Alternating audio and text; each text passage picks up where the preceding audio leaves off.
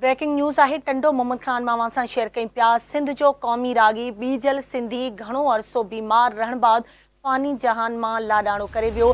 क़ौमी रागी बीजल सिंधी कैंसर सबबि गणती Indus medical अस्पताल जे ICU वार्ड में दाख़िल हुयो। क़ौमी रागी बीजल सिंधी जे मड़ खे अस्पताल खां संदसि घर मुंतक़िल कयो पियो वञे।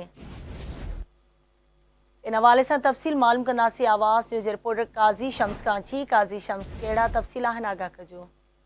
जी बिल्कुल, सिंध जो क़ौमी रागी बीजल सिंधी जेको सो अॼु जेको सो उनजो विछोड़ो थी वियो आहे। हमेशह जे लाइ जो विछड़ी वियो आहे। बीजल सिंधी काफ़ी अरसे खां कैंसर जे मुज़ी मर्ज़ में जेको सो मुब्तला हो ऐं उन हैदराबाद कराची समेत ॿियनि हंधनि ते अस्पतालुनि मां इलाज बि करायो, पर सिंध सरकार समेत सकावत खाते वारनि बि उनजी का आसार कान लधी ऐं उन बीमारी विगे जेको टंडो मोहम्मद खान में कुछ ॾींहं अॻे जो निजी अस्पताल इंदस हॉस्पिटल में गणती जोगी हालत में दाख़िल कयो हुयो, जेको ICU में हो।